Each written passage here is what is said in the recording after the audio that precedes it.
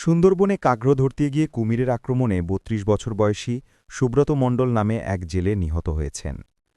গত মঙ্গলবার বেলা ৩:৩০টার দিকে সুন্দরবন পূর্ব বন বিভাগের চাঁদপাই রেঞ্জের করমজোল খালে ওই ঘটনা ঘটে।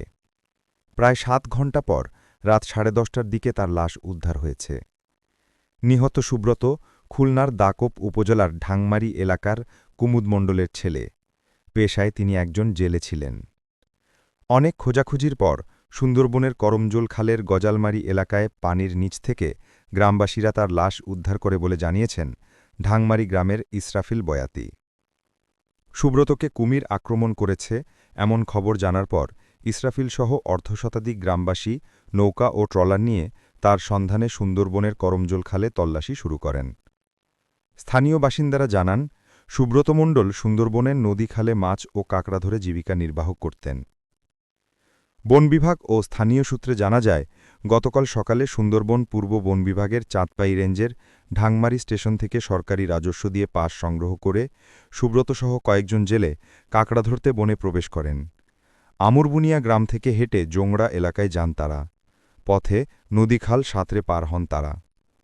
কাঁকড়া সংগ্রহ করে সুন্দরবন থেকে ফেরার পথে বেলা ৩:৩০টার দিকে করমজোল খাল সাঁতরে পার হওয়ার সময় একটি কুমির সুব্রতকে কামড়ে ধরে পানির নিচে টেনে নিয়ে যায়।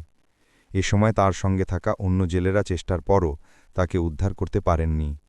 পরে বন বিভাগ ও স্থানীয় বাসিন্দারা খালে তল্লাশি শুরু করেন।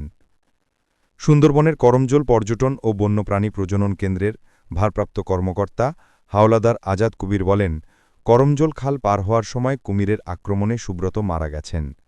তার স্ত্রী সন্তান সম্ভবা বলে জানতে পেরেছি। খবর পেয়ে আমরা তাৎক্ষণিক ঘটনাস্থলে যাই। গ্রামবাসীর সঙ্গে তার সন্ধানে তল্লাশি শুরু করি। মঙ্গলবার বিকেল ৫টার দিকে খালে সুব্রতর মরদেহ ভেসে উঠেছিল। আবার কুমির মুখে নিয়ে ডুব দেয়। ৫:৩০টার দিকে আবারও কুমিরের মুখে একবার মরদেহ দেখা যায়। পরে সন্ধে ৬:৩০টার দিকে কুমিরটি মরদেহ ছেড়ে দিলে কিছুক্ষণ দেখা গেলেও তা আবারও পানিতে ডুবে যায়।